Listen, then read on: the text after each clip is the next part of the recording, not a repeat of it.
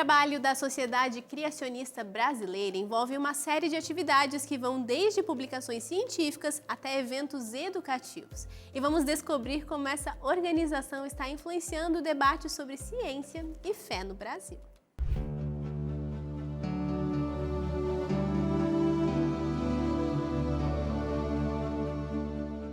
O principal foco da Sociedade Criacionista é difundir o criacionismo, é difundir que alguém planejou, que alguém projetou tudo isso que nós temos. E faz isso através de livros, através de vídeos, palestras, reunindo material científico de homens bem preparados ao redor do mundo que produzem material que mostram as evidências de um Criador. Bem, a Sociedade Criacionista é uma sociedade sem fins lucrativos e ela digamos assim, é fruto do voluntariado, das pessoas que se associam a ela, que contribuem, que auxiliam voluntariamente. Nós temos uma participação muito boa, que é uma parceria com a Divisão Sul-Americana da Igreja Adventista do Sétimo Dia, que tem nos dado um aporte financeiro anual para elaborar a criação de livros, para a publicação de livros, para vídeos e material nesse sentido, né? É uma parceria muito boa que envolve também o sistema educacional da Igreja Adventista do Sétimo Dia. A parceria ajuda a manter uma parte do que já foi produzido e do que vai ser publicado, porém a base, a construção e solidez do que hoje é a Sociedade Criacionista Brasileira partiu da iniciativa de um ex-ateu, Dr. Rui Carlos de Camargo Vieira. O fundador da Sociedade Criacionista Brasileira, o Dr. Rui Carlos de Camargo Vieira, é um homem de um altruísmo enorme. Parte até do seu patrimônio, ele investiu nesse trabalho de difusão do criacionismo. E a vida toda ele se dedicou a reunir materiais, a publicar materiais, inclusive também a produzir material de qualidade a ser entregue às pessoas, né? Dr. Rui, ao ouvir uma palestra sobre o carbono 14 e a relação com a existência de um Criador divino, foi atrás da fonte original desse conteúdo e se deparou com a Sociedade Criacionista Norte-Americana. Ele fez contato e pediu para publicar em português os conteúdos. Com o aval da Sociedade Criacionista Americana, Dr. Rui lançou de forma independente a primeira folha criacionista. Dr. Rui já está com mais de 90 anos e passou para o filho esse amor pela pesquisa na temática criacionista. Foi o filho Rui que me recebeu no Centro Cultural Criacionista, anexo à própria residência. O local é um museu particular da família e também para todos aqueles que sentem um desejo de entender como a criação está presente no cotidiano. É impressionante a quantidade de material e informações históricas que o local dispõe. Um verdadeiro museu que conta através de artefatos e da criação a existência de um Criador Supremo. A ciência humana, ela tem uma série de princípios que têm que ser observados, né? Tem um método científico com uma série de princípios que têm que ser observados. E dentro desses princípios, um deles é que uma teoria científica precisa ser testável. Se ela não puder ser testada, ela não pode ser comprovada, ela não é científica. Um outro princípio é que os fenômenos, eles precisam ser repetidos. Se não tiver como repetir, não pode ser comprovado. A criação, ela também não pode ser testada, né? Nesse ponto, tanto a criação quanto a evolução tem algumas coisas que são parecidas. Não dá para me falar que a criação é científica. A criação é um relato que nós encontramos na Bíblia, lá no livro de Gênesis. Essa é a criação. Mas o que acontece? Eu posso usar, e eu uso muito bem, relatos da Bíblia para que sirva de minha inspiração para mim fazer ciência. Então, por exemplo, lá em Gênesis, diz que a terra toda foi destruída por um grande dilúvio. Isso me diz alguma coisa. Olha, a terra foi destruída por um grande dilúvio. De posse dessa informação, eu vou na natureza e tento descobrir evidências desse dilúvio. Então é nesse sentido que funciona. Olha, chama muito a minha atenção o fato de que, suponhamos que no tempo de Noé houvesse 1 milhão, 5 milhões, 10 milhões de pessoas. Todavia, Jesus fala que nos últimos tempos será como nos dias de Noé. Ora, nos dias de Noé, nós tínhamos apenas 8 pessoas para comparar com milhões de pessoas que não se salvaram. 8 pessoas se salvaram. Por quê? Só 8 pessoas estavam defendendo o nome de Deus. E quando eu penso que só 8 pessoas estavam defendendo o nome de Deus no tempo de Noé, e Jesus fez menção a isso, deixando muito claro que ele sabia que a história de Noé era uma verdade, não era uma metáfora, isso me leva a crer que não importa hoje a quantidade de pessoas que acreditam no Evangelho eterno, ou seja, no Evangelho do Gênesis ao Apocalipse, não importa quantas pessoas acreditem, a verdade não vai deixar de ser verdade só porque as pessoas, porque a grande maioria das pessoas não acredita. Bom, normalmente a sociedade criacionista não é convidada a debates, né, ainda mais científicos. Contudo, nós não fugimos. Se houver o convite, nós aceitaremos. Até mesmo porque nós temos muito respeito à outra cosmovisão e às outras crenças, porque nós defendemos tanto a liberdade de crença quanto a liberdade de expressão. E isso não prejudica de forma nenhuma o debate. Fabiola compartilha que conheceu o criacionismo a partir de um pensamento crítico sobre o que acreditar. Quando eu conheci, na verdade, a igreja, foi um todo de verdades. Porque eu era espírita, né? Frequentava centro espírita e não estava mais satisfeita com algumas doutrinas, até por conta do raciocínio crítico, né? Você começa a questionar isso, mas aquilo está estranho, enfim. E eu comecei a buscar outras igrejas, né? Não foi só adventista, participei de cultos, frequentava e busquei estudos bíblicos. E a minha irmã era adventista na época, ela me deu estudos bíblicos, comecei a frequentar a igreja e foi um mundo, né, de novidades para mim, tanto nas verdades bíblicas, né, que apesar de eu ter estudado a Bíblia, não tinha aprofundado, e até do criacionismo, que eu não fazia a menor ideia que existia uma forma, um raciocínio, um estudo aprofundado sobre ciência mesmo, mas voltada para o criacionismo. Esse conhecimento está acessível gratuitamente nas plataformas digitais da Sociedade Criacionista Brasileira. O que falta, na verdade, é o interesse das pessoas em conhecer essas pesquisas. Quando a pessoa toma conhecimento desses materiais, às vezes ela se surpreende. Ela tem realmente uma surpresa muito grande, porque ela não imaginava que tem um embasamento científico, que tem um embasamento sólido e que não é o que muitas vezes é a ideia errada que as pessoas têm. A Sociedade Criacionista Brasileira, por exemplo, tem dezenas de livros de diversas naturezas que apontam rigorosamente para quem? Para o Deus Criador. E nós temos as revistas criacionistas, que hoje já estão no número 104, nós temos 104 revistas semestrais, revistas criacionistas semestrais, que trazem um arcabouço de artigos na área de química, física, biologia, paleontologia, linguística, história, matemática. Nós temos artigos de todas as áreas do conhecimento. A leitura ainda é uma poderosa ferramenta de conhecimento e formação de senso crítico. Ela é capaz de determinar a visão que as pessoas têm sobre o mundo e sobre si. A Sociedade Criacionista Brasileira tem sido fonte de conhecimento e referência sobre a origem de tudo que cerca o ser humano. Olá, amigo e amiga telespectadora, muito obrigado pela sua audiência e estar aqui com a gente agora compartilhando da segunda parte do programa de hoje. Estamos recebendo uma pessoa muito especial. Vocês viram na primeira parte do programa a importância do assunto criacionismo.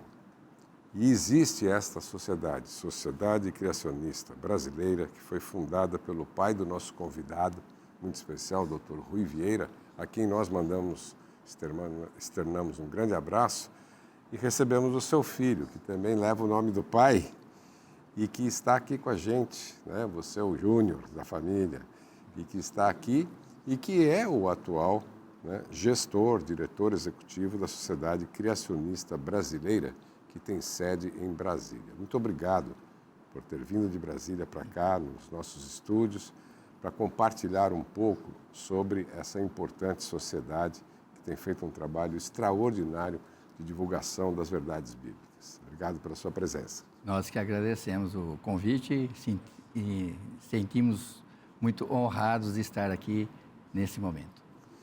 Bem, a sociedade criacionista nasceu nos anos 70, né? Mais ou menos ali, né? Sim.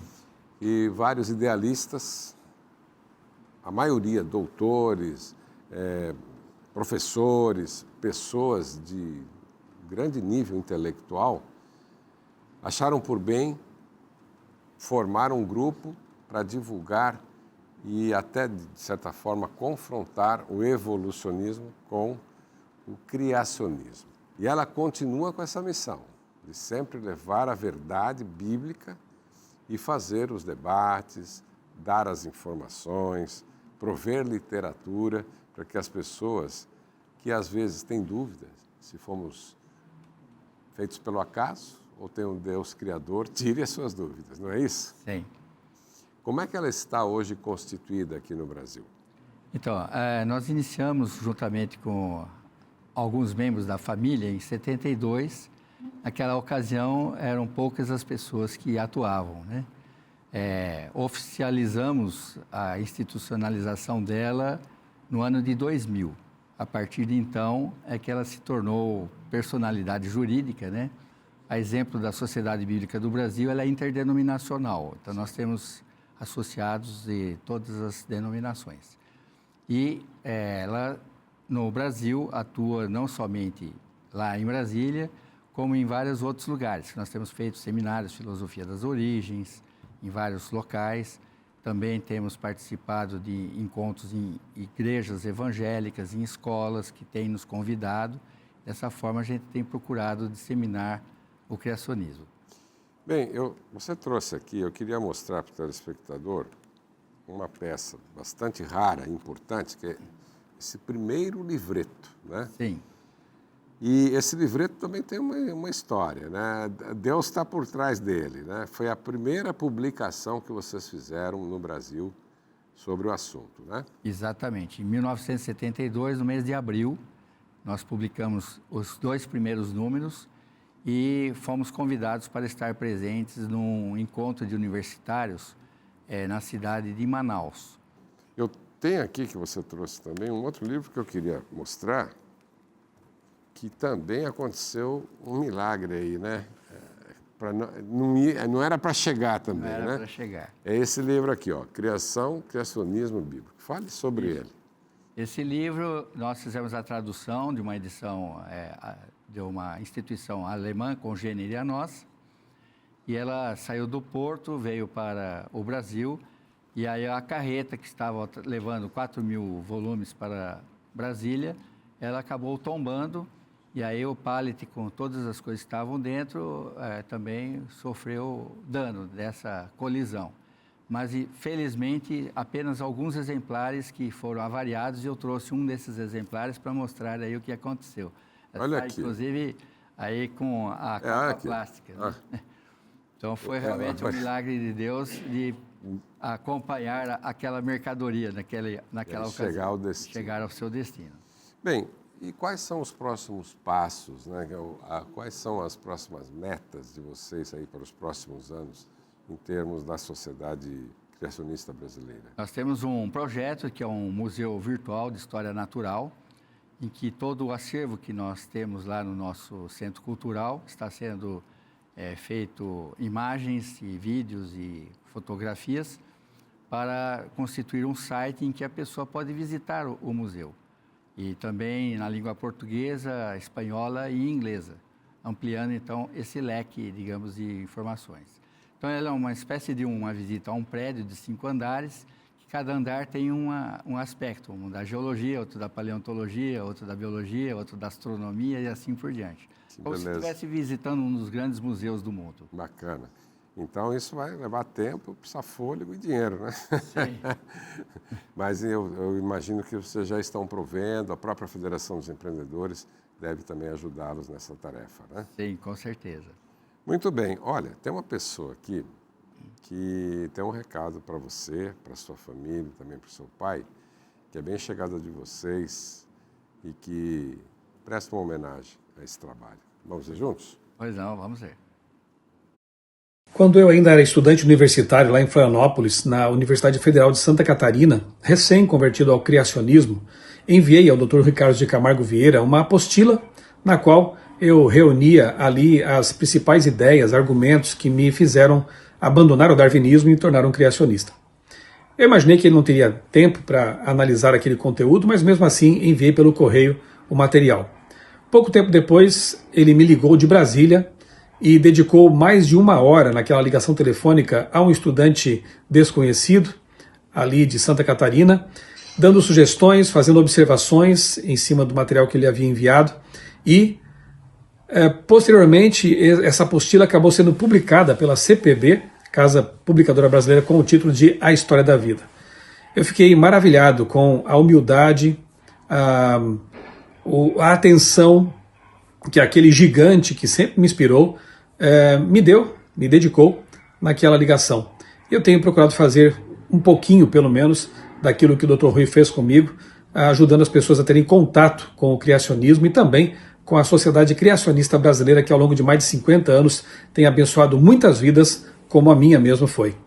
Um abraço ao Dr. Rui, à família Vieira e vida longa à SCB.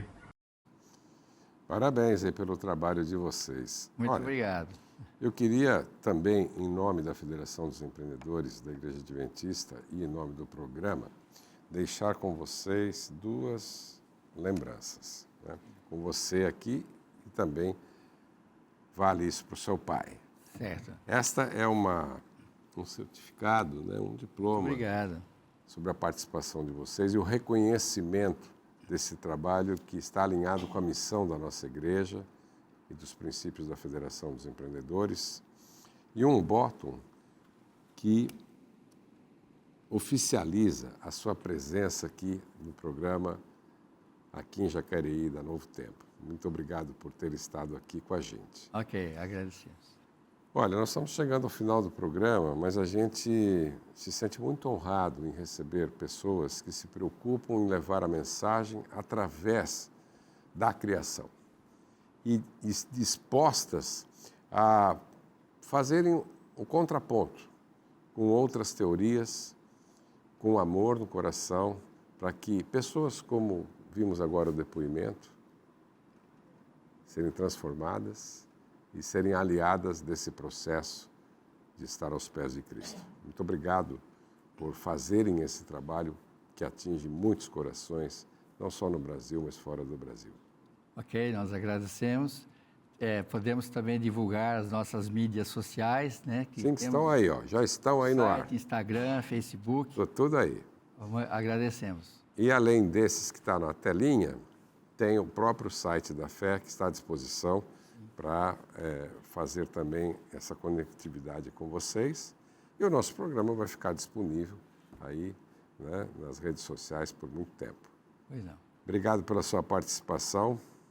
Mande um abraço fraterno ao seu pai, Dr. Rui, que está lá. E volte outras vezes para contar boas histórias aqui e o progresso da Sociedade Criacionista Brasileira. Obrigado, viu? Muito obrigado. Telespectador, chegamos ao final do nosso programa. Esperamos que vocês tenham apreciado esse belo programa e esteja conosco na próxima semana, nesse mesmo horário, quando vamos receber visitas como o Dr. Rui hoje, que fazem diferença pela jornada, pela estrada aonde estão e que ajudam a fazer a missão que Cristo nos ensinou. Você, telespectador, é nosso convidado para estar aqui na semana que vem e trazendo outras pessoas também para ver e ouvir mensagens como esta. Semana que vem, se Deus quiser, vamos estar juntos. Agora é hora de encerrar o programa e eu passo a bola para minha amiga Bárbara Luz para o encerramento do programa. Obrigada, Sérgio, e também Dr. Rui. Depois de ver e ouvir tanta coisa boa e interessante por aqui, eu fiquei com vontade de ver de perto todo esse acervo que o Centro Cultural da Sociedade Criacionista Brasileira tem. E para quem mora em Brasília, fica mais fácil. Então, se você é de Brasília e ficou interessado em conhecer, entra no site scp.org.br, faz contato e agende uma visita. Vai valer muito a pena, eu tenho certeza. Só te lembrando que dá para assistir esse programa novamente quantas vezes mais você quiser pelo ntplay.com ou pelo nosso canal do YouTube do Fé em Ação. Curte, comente e também compartilhe. Gostou do Fé em Ação de hoje? Espere só pelo programa da semana que vem, então. E a gente se reencontra lá. Até mais!